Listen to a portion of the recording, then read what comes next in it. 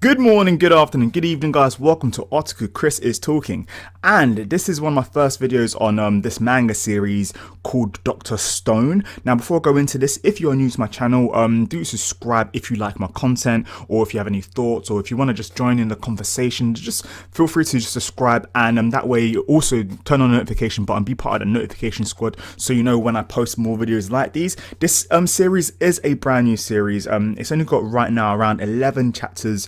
As of the making of this video, and I think the next chapter is coming out tomorrow. So I think it's being released every Thursday from what it looks like. So at the moment, that's around the same time as Boku no Hero Academia and One Piece. Now, for you guys who are subscribed to my channel, you do know that I do my weekly One Piece and Boku no Hero Academia reviews.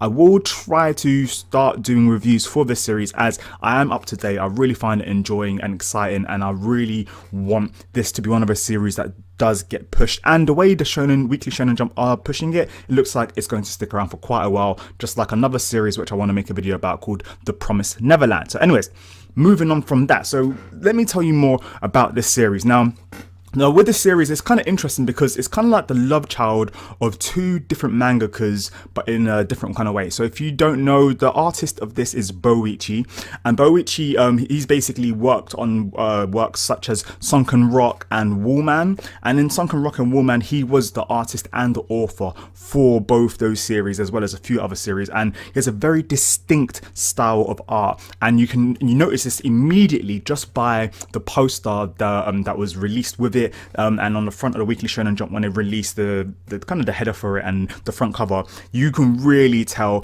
And in Sunken Rock, which is personally one of my favorite seinen series, just because of how raw it is. And when I got into this community, I was watching a lot of like the generic shonen stuff and whatnot, and after a while, as great as those series can be, there's only so much of the shonen tropes that you can take before you start getting bored, or before you start knowing exactly what's happening. And I feel like not many series out there, or not many shonen series which are coming up, are good at kind of portraying of these shonen tropes and making it their own. The only one which has stood out and has really worked on it, or the only two, have been Boku no Hero Academia, and that's basically the most shonen series you can think of. For you guys who don't know about it, which you should know by now, but Boku no Hero Academia is literally one of the most shonen series ever. But the way they managed to make it their own is what makes this series so exciting, and which is why people love this series. Now, Dr. Stone is one of those series where you'll watch it and you'll be like, okay, it's quite obvious because it's got two main characters, the brains and the brawns. So we basically have two official main characters at the beginning of the series, Senku, who's a scientist, and Taiju, who's basically the bronze. Now Senku, he has the whole style of Ken from Sunken Rock, and what I mean is the whole flickering of the hair and everything. This is Boichi's signature art style, and you can really notice this, especially with the eyes, with the female characters.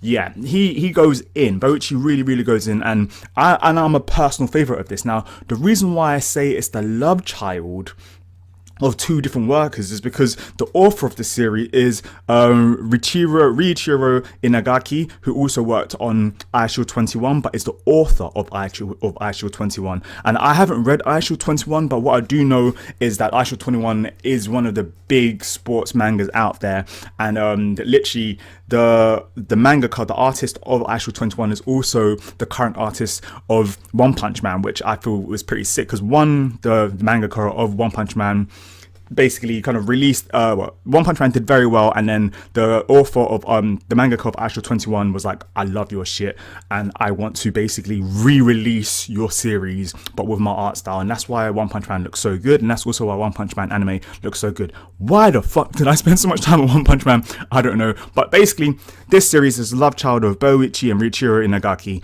and you really notice this in the writing as well as the art styles, and I think it's fucking amazing. So yeah, as I was saying before about the main characters, there's pretty much two main characters, and the main characters are Senku the scientist and Taiju the brawn.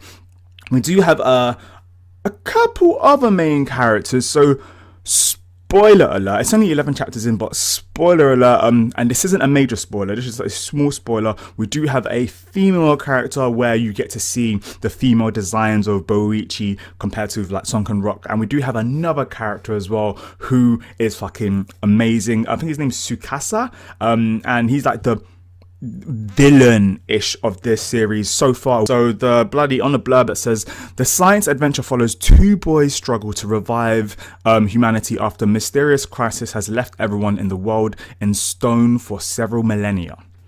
Yeah, literally as deep as it sounds, it is literally that crazy. And in the first chapter, it literally shit pops off immediately. Fucking immediately, the world turns into stone and you're like, what the fuck is going on? And then you basically follow the main character and the two main characters, Senku and Taiju, and like with the brains and the bronze, and how they're dealing with the situation. Now I don't want to give anything else away because I want you guys to read it. Let me know your thoughts. It's only 11 chapters in. You can literally read it within like 20 minutes to half an hour. So read it, let me know what you think of it. Have you guys read Sunken Rock? What did you think of Sunken Rock? What do you think of the series so far? For you guys who are up to date, are you pretty hype about what's going on? And that fucking cliffhanger is crazy. What do you think of the art style? Do you think the art style is very reminiscent? Obviously it's reminiscent, but do you think it's too much reminiscent of Sunken Rock and Warman? And have you read Sunken Rock and Warman? A whole bunch of questions out there, but as I said at the beginning of this video, I want my channel to be kind of like a conversation where you literally leave your thoughts. There is no right or wrong answer. I kind of want you guys to know, well, I kind of want to know your opinions, and I also want you guys to know my opinion, and hopefully you guys, I can't fucking speak, and hopefully you guys enjoy it. Anyways, short but sweet videos. So far, yeah, this manga series has only got 11 chapters, and yeah, I'm enjoying it so far. If you enjoyed this video, do subscribe, share, all that good stuff, and I will see you guys soon. Peace.